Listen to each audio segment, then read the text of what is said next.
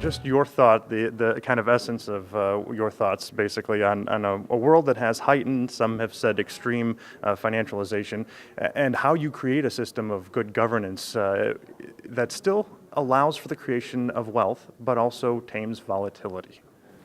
Yeah, well, so this is obviously a big question, right, and a really good one. I think it's clearly possible to do, and I think that's the first thing to recognize, that we did have a world before the financialized system that we have in place today. There was a period of great prosperity. I mean, look back at the 1950s and 1960s. We had tremendous wealth creation. Okay, the difference was that we also had an economy that worked much better in the sense that there was greater financial stability, that when we did have recessions, they tended to be shorter lived. We had quicker recoveries. The wealth was more generally shared than the increased concentration that we've had over the last, let's say, 3 decades.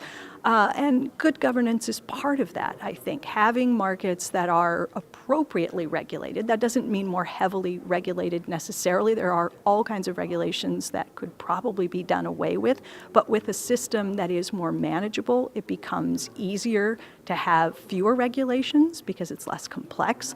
And so if we got back to a world in which I think the financial system itself was smaller, it was more manageable, it was safer, it was easier to regulate, we could have tremendous growth and prosperity because we've done it before.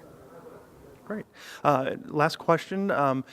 Can an organization like CIFA play a role in crafting that system of good governance? And if so, how would you characterize that role?